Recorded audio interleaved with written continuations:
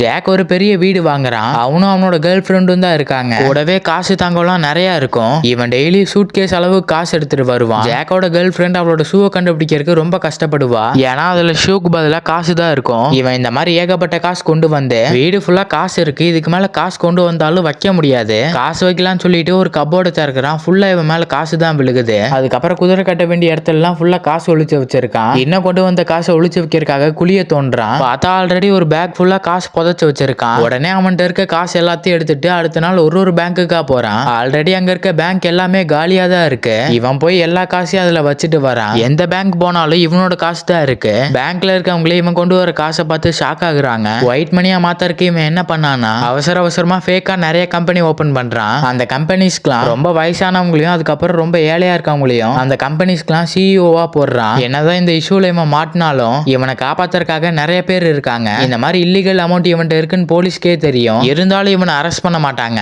அப்படி பண்ணாலும் பெரிய பெரிய ஆள்லாம் வந்து இவனை காப்பாத்தி விட்டுருவாங்க. எதுக்காக இவனை காப்பாத்தி விடுறாங்கன்னா, முன்னாடி இவன் ஒரு நார்மலான பைலட்டா தான் இருந்தான். வர காசை வச்சு ஃபேமிலியை ஓட்டிட்டு இருப்பான். கொஞ்சம் காசு அதிகமா தேவைப்படுதுன்ட்டு சின்ன சின்ன ட்ரக் டீலிங்லாம் பண்ணிட்டு இருப்பான். இந்த மாதிரியே தொடர்ந்து பண்ணிட்டு இருந்தனால ஒரு நாள் மாட்டிப்பான். இருந்தாலும் அவனை வேலையை விட்டு தூக்க மாட்டாங்க. அதுக்கு பதிலா என்ன பண்ணுவாங்கன்னா, அனுமதி இல்லாம பக்கத்து நாட்டு ஆர்மி பக்கத்துல போய் போட்டோ எடுத்துட்டு வர சொல்லுவாங்க. இவனும் போய் அந்த இடத்துல போட்டோ எடுத்துட்டு வருவான்.